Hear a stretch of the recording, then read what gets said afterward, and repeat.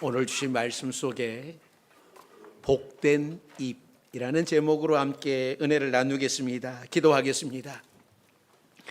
사랑과 은혜가 많으신 하나님, 오늘도 우리에게 천국 잔치를 배설하시고 우리를 초청해 주셔서 이 자리에 있도록 인도하시니 감사드립니다.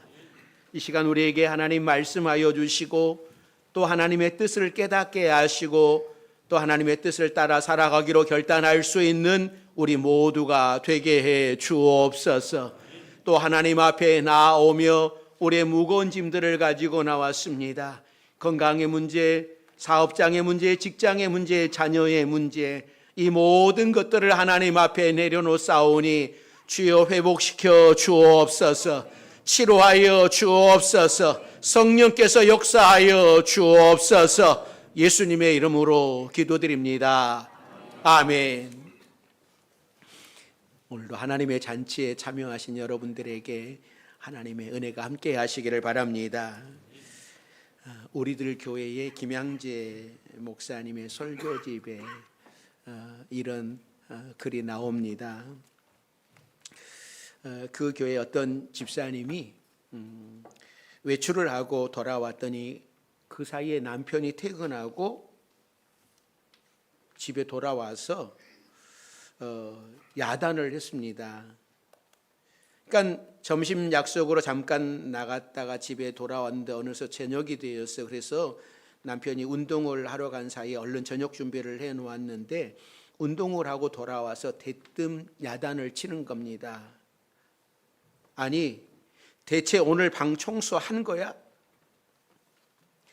그 남편은 한 가지의 화가 나면 온갖 것이 다 올라오는 그런 사람입니다. 도대체 살림하는 게 하나도 마음에 드는 게 없어.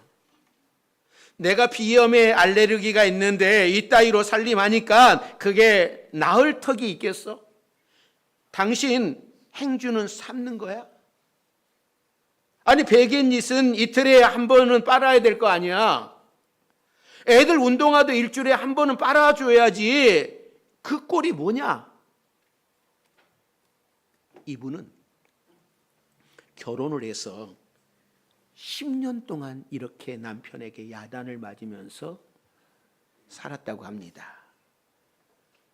처음 5년은 남편이 죽이고 싶도록 밉더래요.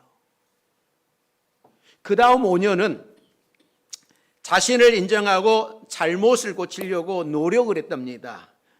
아무리 노력을 해도 안 되니 남편이 이런 포고를 하고 나면 나는 왜 살림을 이렇게 못할까? 자기 연민에 빠지기도 하고 너무나 힘든 생활을 하고 있다라는 그런 이야기를 합니다. 여러분, 우리 교회에는 이런 가정 없지요? 그렇죠? 우리 교회는 이런 가정 없죠? 없는 줄로 믿습니다. 그런데 이 가정 이야기를 들으면서 우리가 생각해 볼 문제는 내가 하는 말, 내 눈에 보이는 타인의 단점들이 내가 소리치고 야단을 친다고 고쳐지는 것일까? 또 내가 남을 그렇게 비판하고 판단해도 되는 것일까 하는 문제입니다. 저도 이 본문을 보면서 설교를 준비하면서 하나님, 제가 이러지 않았는가? 제가 우리 성도들에게 말로 이러지 않았는가? 그런 생각이 들었습니다. 죄송해요, 여러분. 오늘 말씀 준비하면서 제가 말을 더 하여튼 잘하도록 하겠습니다. 그런 생각이 들었어요. 오늘 본문에서 예수님께서 우리에게 남을 비판하지 말라라고 말씀을 하십니다. 남을 비판하면 나도 똑같은 비판을 받게 된다고 하십니다. 그런데 사람들은 비판하기를 너무나 좋아합니다. 또 비판을 하고서도 자신이 비판의 죄에 빠진 것도 모르는 경우가 대부분이죠. 운동 가운데 이 스쿼시라고 하는 것이 있습니다. 우리 교회 집사님도 이 스쿼시 강사하시는 분도 계시는데, 이 스쿼시는 공을 치면 벽 맞고 나오는 거예요. 3면의 벽을 사용을 해서 운동을 하는 건데, 뭐 테니스라든지 배드민턴이라든지 이런 운동들은 네트가 있어서 이 네트를 넘기고 왔다 갔다 하는 건데, 이 스쿼시는 벽에다 때리니까는 친 만큼 더 빨리 돌아오지요. 저는 이 스쿼시라고 한 스포츠가 비판에 대한 교훈을 주고 있지는 않을까, 그런 생각을 합니다. 공을 벽에 치면 나에게 다시 돌아와요. 비판하는 말도 남에게 하는 것 같지만 사실 나중에는 그것이 다 나에게로 돌아옵니다. 그러므로 우리 주님께서는 비판을 받지 아니하려거든 비판하지 말라라고 말씀을 합니다. 내가 비판하면 나도 비판을 받게 된다고 하는 것이죠. 그래서 이 전도서의 전도자가 이런 말씀을 해요. 굉장히 공감이 있는 말씀인데, 자, 전도서 7장 21절 22절 말씀입니다. 좀 자세하게 잘 보시면 좋겠습니다. 또한 사람들이 하는 모든 말에 내 마음을 두지 말라. 그리하면 내 종이 너를 저주하는 것을 듣지 아니하리라. 너도 가끔 사람을 저주하였다는 것을 내 마음도 알고 있느니라. 여러분, 안 와닿나요? 그러니까 사람들이 하는 모든 말을 너무 마음에 담아두면 그것이 상처가 됩니다. 그러므로 너무 그것을 담아두지 말고 때로는 흘려듣는 지혜가 필요하다고 하는 거죠. 왜냐하면 우리도 가끔 남을 비판하는 적이 있기 때문이죠. 그러니까 전도서의 이 말씀에서 아마 자유로운 사람은 아무도 없을 것 같아요. 아무리 좋은 말만 하려고 노력을 해도 은근히 우리는 남을 비판하는 것을 즐깁니다. 그래서 이 남자들의 술자리에서 남 흉 보는 것이 안 주고, 빨래터에서 남 흉을 보면 시간이 절로 흘러간다라고 하는 이야기도 하지 않습니까? 그러니까 좋은 말보다 좋지 않은 말을 할 때에 사람들은 더 흥미를 갖고 귀를 기울입니다. 그러니까 좋은 말을 하고 좋은 이야기를 해주면 잘 안 듣는데, 나쁜 것은 왜 이렇게 빨리 배워버리고 빨리 따라하는지 모르잖아요. 이게 사람의 본성인 것 같습니다. 그러나 우리 성도들은 사탄이 좋아하는 본성을 버리고 예수님이 좋아하시는 거룩한 본성을 갖도록 노력해야 됩니다. 복된 입이 되도록 노력을 해야 되는 것이죠. 자, 그러면 어떤 입이 복된 입일까? 여러분, 어떤 입이 복된 입일 것 같습니까? 오늘 말씀에 비추어 보면 첫째는요, 비판하는 말, 정죄하지 않는 입이 복된 입인 거예요. 이 비난하고 정죄하는 태도는, 이런 말이라든지 이런 것들은요, 아무런 유익이 되지 않아요. 백해무익합니다. 비난당하고 정죄당하는 것을 좋아하는 사람은 이 세상에 아무도 없습니다. 정말로 나를 아끼고 사랑하는 사람이 해주는 진정 어린 충고도 참 힘들 때가 있잖아요. 하물며 함부로 비판하고 비난하고 정죄당하는 말을 들을 때에 여러분 기분이 어떨 것인지, 어떤 일이 벌어질는지 다 생각나지 않습니까? 그래서 어떤 사람이 이 비난의 부작용을 이렇게 정리를 했어요. 첫째, 그것은 결코 변하지 않는다. 치료되지 않는다. 항상 상처를 줄 뿐이다라고 이야기를 하고, 두 번째는 그것은 결코 사람을 완전하게 하지 못한다. 그것은 오직 관계를 파괴시킬 뿐이다. 세 번째는 그것은 결코 결속시키지 않는다. 그것은 오직 분리시킬 뿐이다. 네 번째는 그것은 결코 세우지 않는다. 그것은 오직 허물 뿐이다. 다섯 번째는요, 그것은 결코 문제를 해결하지 않는다. 그것은 더욱 문제를 복잡하게 할 뿐이다 라는 이야기를 해요. 여러분, 비판은 상처를 주고 관계를 파괴시키고 인간관계를 분리시키고 허물고 오직 문제를 복잡하게 만드는 거예요. 그런데도 사람들은 이런 백해무익한 비판을 즐기면서 살아가요. 그리스 신화에 이 프로크루스테스라고 하는 침대 이야기가 있는데, 옛날 아테네로 가는 길목에 온갖 나쁜 일을 일삼는 강도 프로크루스테스라고 하는 사람이 있었습니다. 이 악당 프로크루스테스는 밤길을 지나는 나그네를 자기 집에 초대를 하여서 잠자리를 제공해요. 그런데 이 잠자리는 딱딱하고 얼음같이 차가운 쇠 침대였습니다. 이 프로크루스테스는 나그네를 강제로 그 침대에 묶은 다음에 나그네의 몸 길이가 침대보다 짧으면 몸 길이를 늘려서 죽이고, 또 몸 길이가 침대보다 길면 침대 밖으로 나온 부분을 잘라서 죽이는 거예요. 그러니까 그 침대와 몸 길이가 똑같은 사람만 목숨을 건질 수 있었습니다. 사실 그런 경우가 거의 없죠. 이런 프로크루스테스의 악행도 결국 아테네의 영웅 테세우스에 의해서 끝을 맺게 됩니다. 이 테세우스는 프로크루스테스가 그동안 저질러 왔던 악랄한 방식대로 그를 자신의 침대에 묶은 채로 죽였어요. 이 이야기가 주는 교훈이 어떤 것이겠습니까?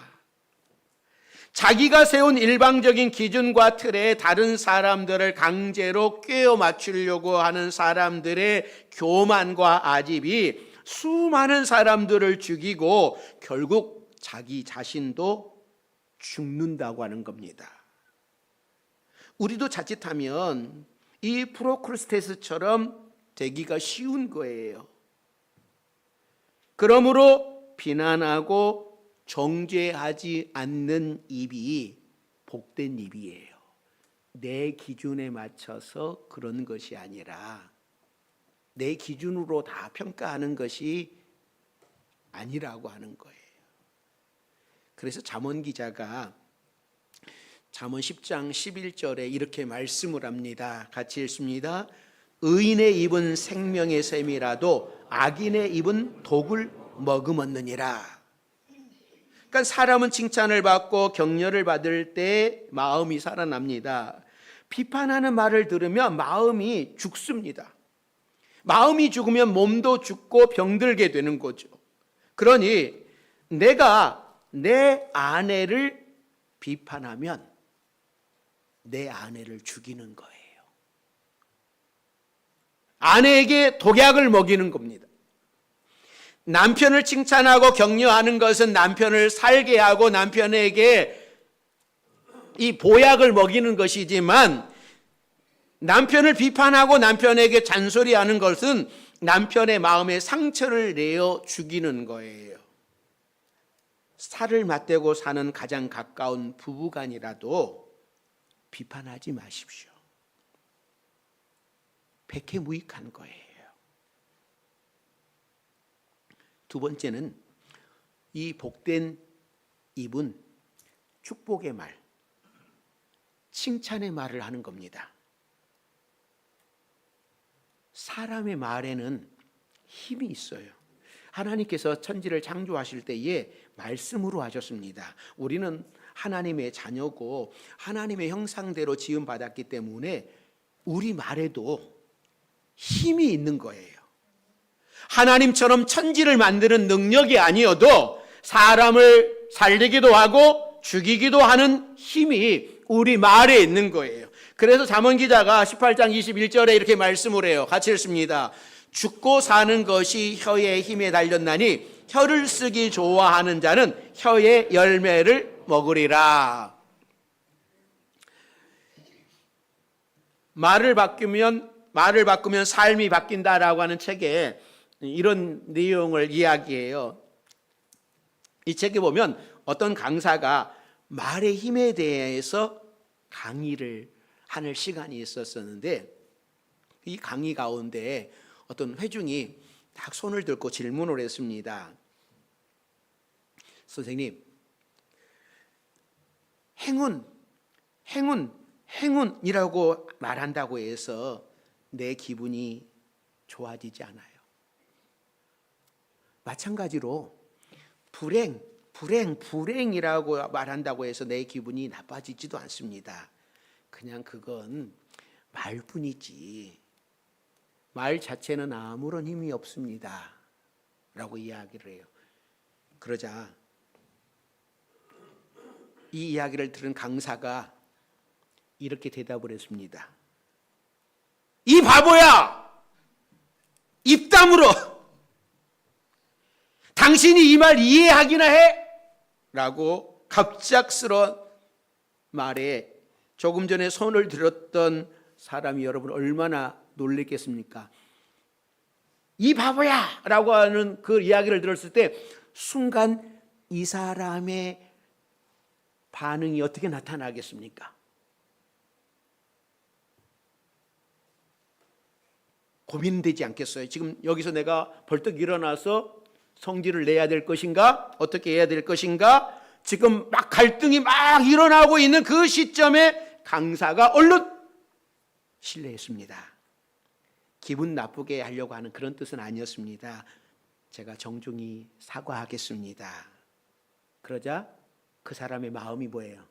막 분노가 일어나가지고 그 마음 속에서 내가 지금 어떻게 반응을 보여야 될까? 막 그럴 찰나에 죄송하다고 그러니까는 이 마음이 딱 수그러들었어.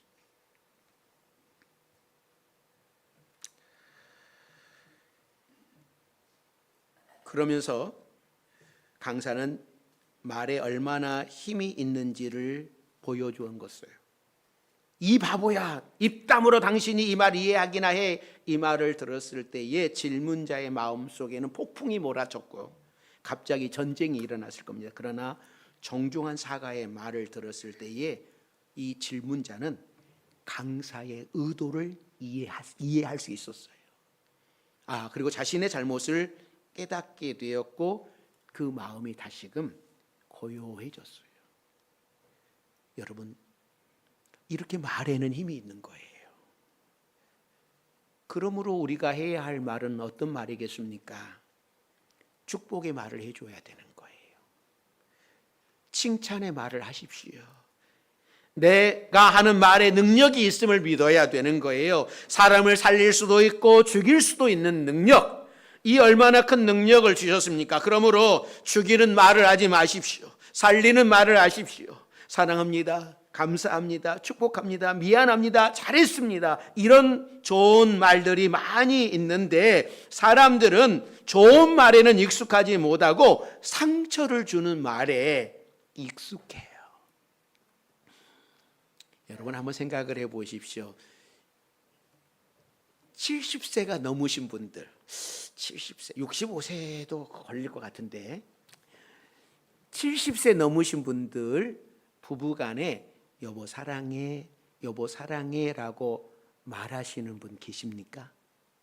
70세 넘으신 분들, 네, 혹시 여보 사랑해 라고 말하시는 분 계실까요? 없을 것 같아요. 65세도 없을 것 같아요. 60세도 모르겠네요. 네. 제가 한 번은 저희 어머니께 엄마 사랑해 하고 딱 안아드렸어요. 그랬더니 표정을 봤는데요, 너무나 당황스러워해요. 너무나 당황스러워해요. 한번 여러분들 한번 해보세요. 네. 엄마 사랑해 하고 안아드렸더니 당황스러운 그 표정이 역력했어요. 그래서 엄마도 아들 사랑해 라고 이렇게 하는 거예요. 그래서 제가 어머니한테 전화할 때마다 항상 전화 끝에는 엄마 사랑해요.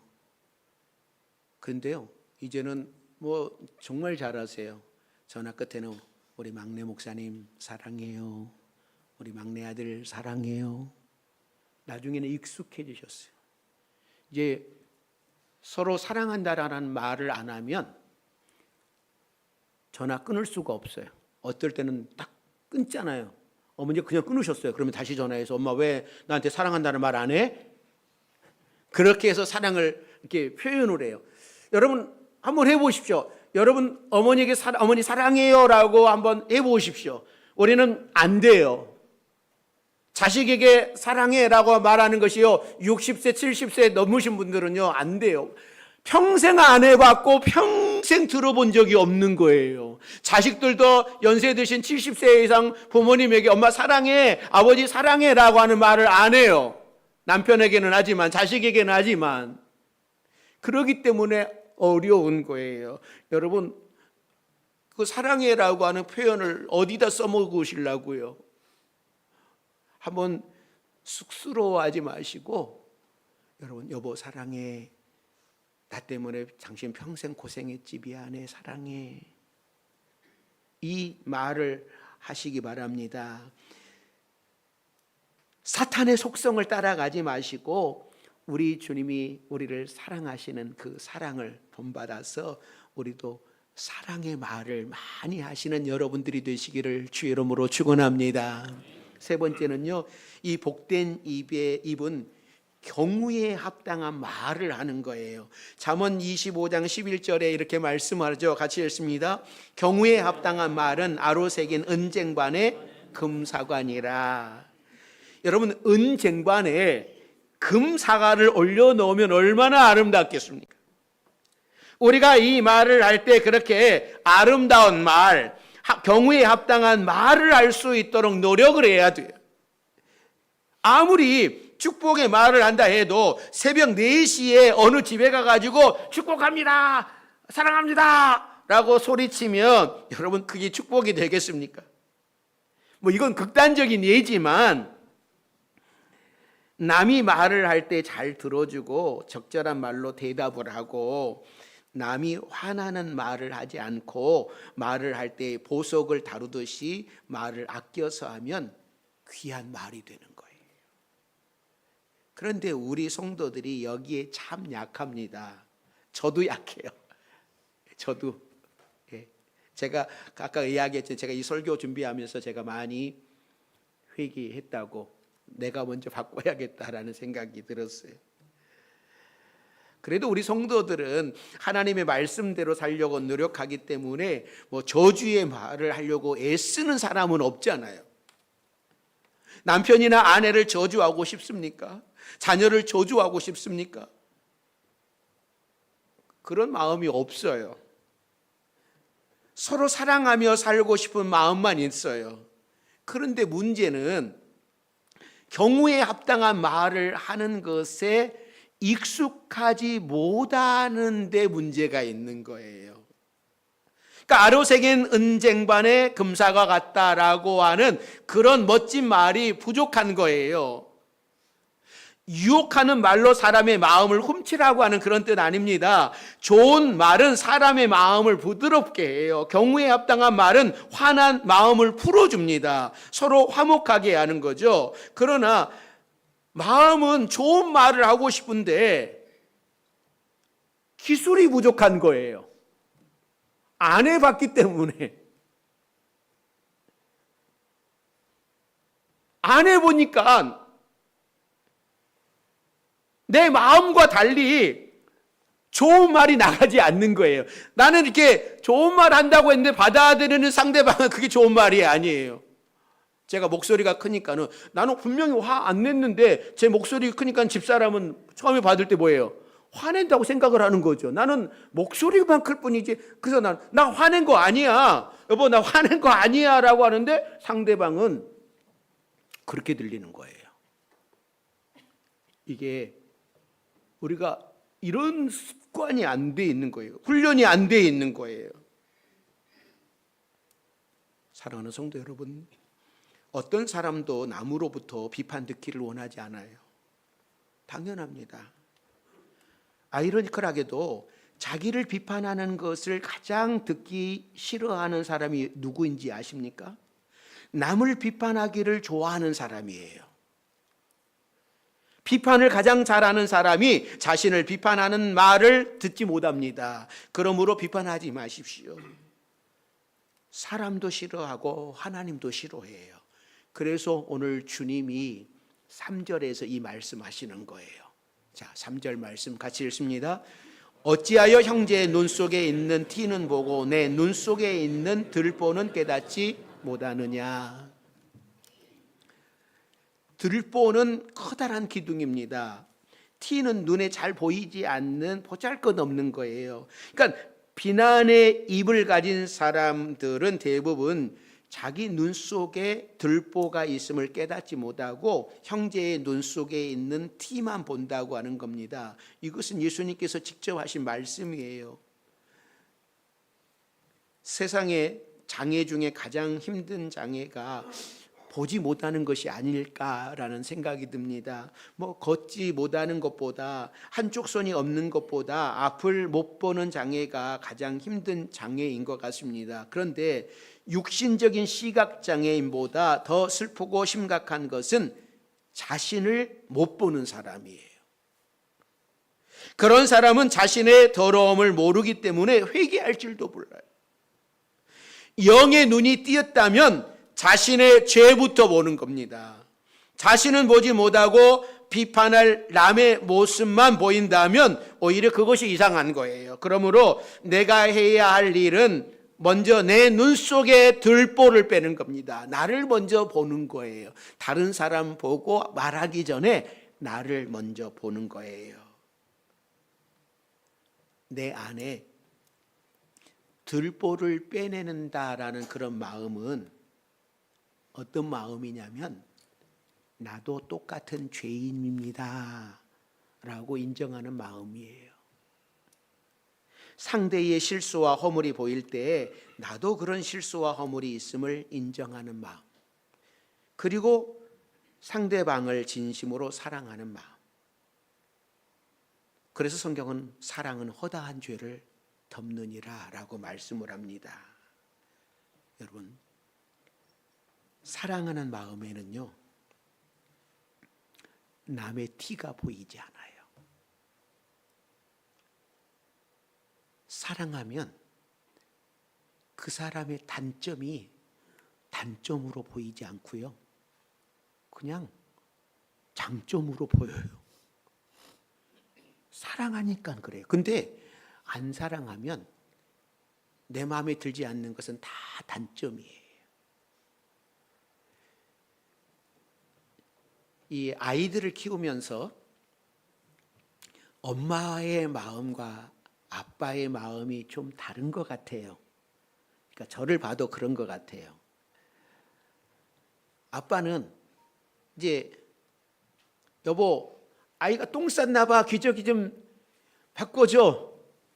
그러면 이 아버지의 마음은 그 아이가 싼 똥은 뭐예요? 똥이야. 냄새도 많이 나. 근데 엄마는 뭐예요? 냄새가 안 난대. 엄마는 아이의 똥을 똥으로 안 봐. 여러분 안 그럽니까? 아이들 똥 쌀 때 똥으로 안 보고 그러니까 엄마와 아빠의 차이가 이렇게 그런 것 같아요. 엄마의 눈에는 이 똥도 황금으로 보이지 않을까? 여러분 왜 그러겠습니까? 사랑으로 바라보니까 왜 성가대 아닙니까? 똥은 똥이야 그럽니까? 예. 이게 다른 것 같아요. 사랑하면 이게 모든 것들이 다 해결됩니다.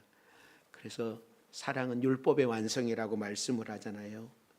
사랑하면 단점도 사랑으로 보이고 부족한 것도 사랑으로 보이고 모든 것들이 다 사랑으로 보이게 됩니다.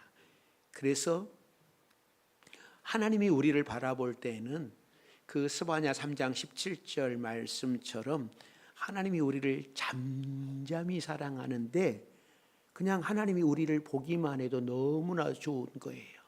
우리는 날마다 죄 지으면서 살아가고 있는데 하나님의 뜻과 어긋나면서 살아가고 있는데 하나님은 우리를 보기만 해도 잠잠히 좋대요. 이게 하나님의 사랑이에요. 그러니까 하나님이 우리를 얼마나 사랑하는지를 우리는 알 수 있습니다. 사랑하는 성도 여러분, 우리는 이 세상을 살아가면서 우리의 입술을 통하여 우리의 입술이 복 있는 복된 입이 되어야 됩니다. 그래서 사랑하는 말을, 사랑한다라고 하는 말을 해야 되고 칭찬하는 말을 해야 되는 것이죠. 이것이 주님이 우리에게 원하시는 겁니다. 우리 파주명성교회 성도 여러분, 하나님이 주신 그 입을 가지고 우리의 입이 복된 입이 되시기를 바랍니다. 내가 이제부터라도 내가 이 복된 입을 사용을 해서 내가 축복을 하며 칭찬을 하며 살아가리라고 하는 그런 결단이 우리 모두에게 있기를 주의 이름으로 축원합니다. 기도하겠습니다. 사랑과 은혜가 많으신 하나님, 우리에게 입을 허락하여 주셨사오니 우리가 사용하는 입이 복된 입이 되게 하여 주옵소서. 이 입술을 가지고 사랑의 말을 하게 하시고 칭찬의 말을 하게 하시고 인정하는 말을 하게 하여 주옵소서. 그래서 우리 모두에게 행복한 삶이 되는, 기쁨이 되는 그러한 은혜가 충만케 하여 주옵소서. 예수님의 이름으로 기도드립니다. 아멘.